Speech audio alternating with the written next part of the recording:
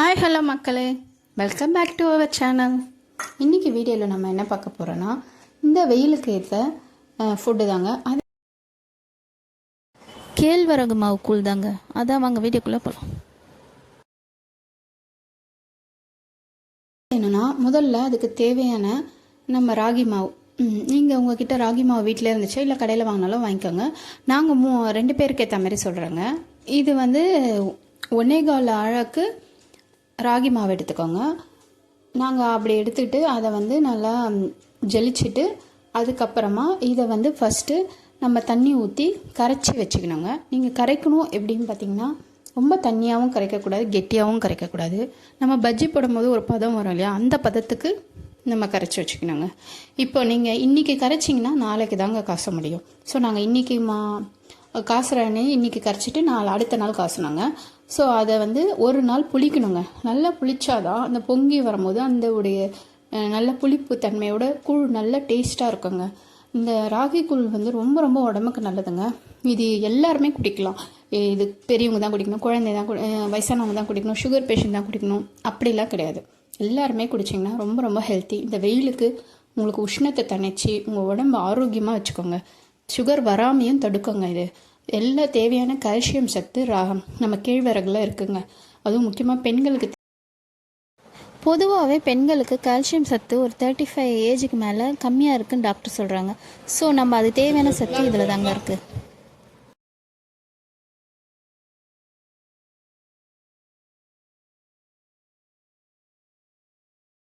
அடுத்த நாள் வந்து காலையில் பார்த்தீங்கன்னா பச்சை அரிசி இருக்குங்க இல்லையா, அதை ஒரு அரை அழகு ஊற வச்சுருங்க. ஒரு 10 மினிட்ஸ் ஊற வச்சுருங்க. வாஷ் பண்ணிவிட்டு ஊற வச்சுட்டு, நம்ம அரிசிக்கு உலை வைப்போம் இல்லைங்க, அதை விட கொஞ்சம் தண்ணி எக்ஸ்ட்ரா வைக்கணுங்க.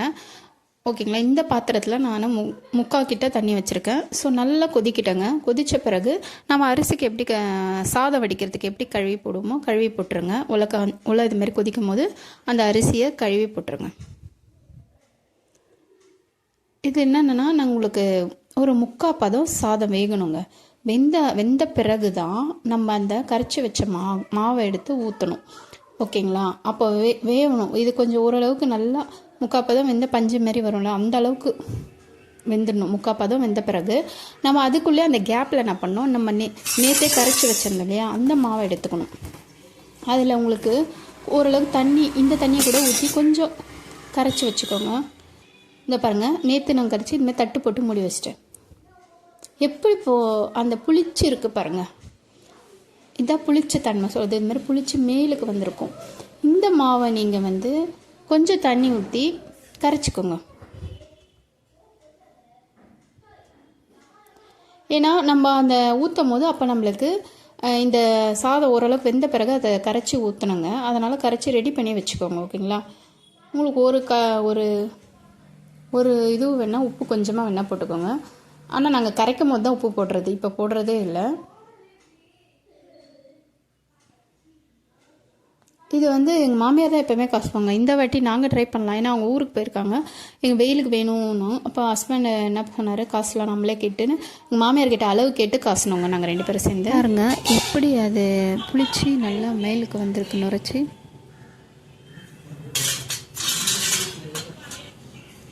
இப்போது நம்ம உலை காஞ்சிருந்தது இல்லையா, அரிசி போட்டோம் இல்லையா, இப்போ இதை நம்ம கரைச்சி ரெடியாக வச்சுக்கணுங்க. அப்போ தான் அதில் ஊற்றிட்டு தொழவ முடியும். இந்த பாருங்கள், இது மாதிரி நல்லா கரைச்சி வச்சுக்கோங்க. கரண்டியில் போட்டு நல்லா இது மாதிரி கிண்டி மிக்ஸ் பண்ணி நீங்கள் வந்து நல்லா ஒரு கொஞ்சம் தண்ணி தேவைப்பட்டால் தண்ணி கொஞ்சம் ஊற்றிக்கோங்க. அப்போ தான் வந்து உங்களுக்கு நல்லா வந்து ஒரு பதம் கிடைக்கும். இப்போ பாருங்கள், ஓரளவுக்கு 3/4 பதம் அரிசி வெந்த பிறகு நம்ம கரைச்சி வச்சுருந்த மாவை ஊற்றணுங்க. ஊற்றிட்டு சிம்மில் வச்சிடணுங்க, மறக்காதீங்க, இல்லைனா அடி பிடிச்சிரும். ஸோ இதுமாரி தொழவிட்டே இருங்க. ஸோ தொழவும் போது அடி பிடிக்காமல் நம்மளுக்கு நல்லா வெந்து நல்லா வருங்க.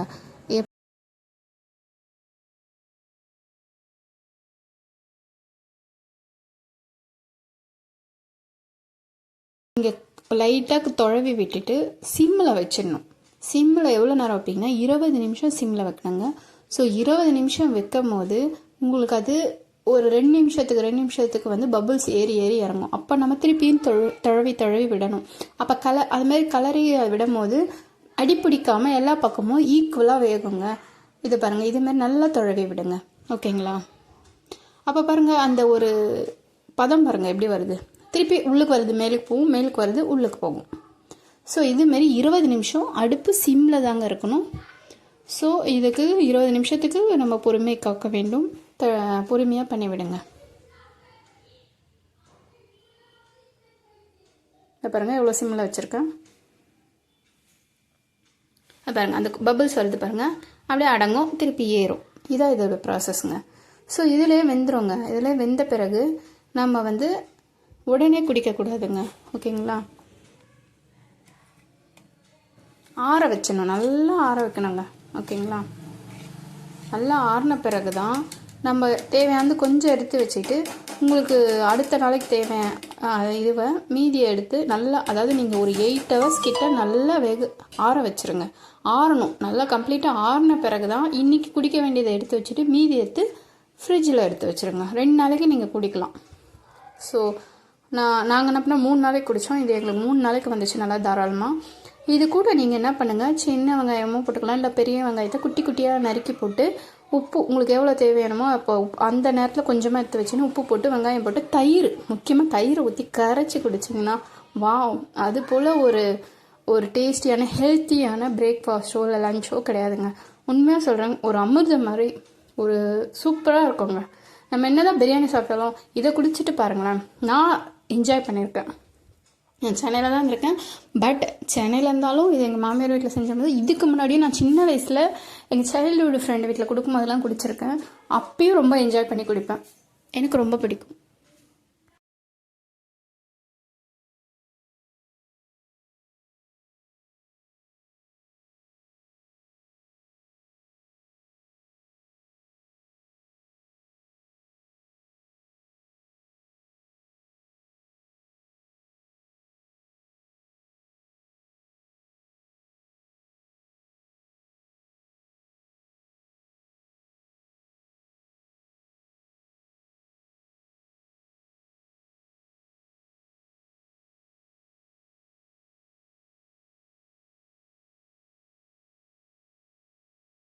முக்கியமாக இது பார்த்தீங்கன்னா, உங்களுக்கு வெயிட் லாஸ் பண்ண நினைக்கிறவங்க இந்த குடிச்சிங்கன்னா வெயிட் லாஸ் ஆகுங்க.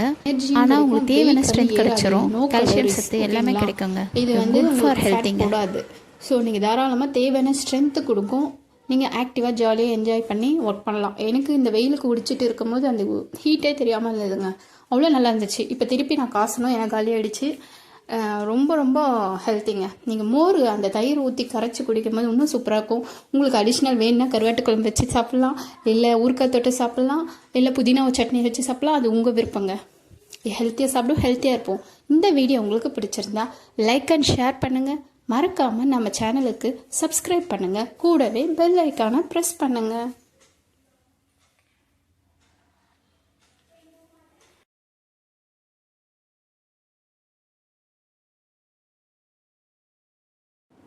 பாய் ஃப்ரெண்ட்ஸ், நெக்ஸ்ட் வீடியோவில் பார்ப்போம்.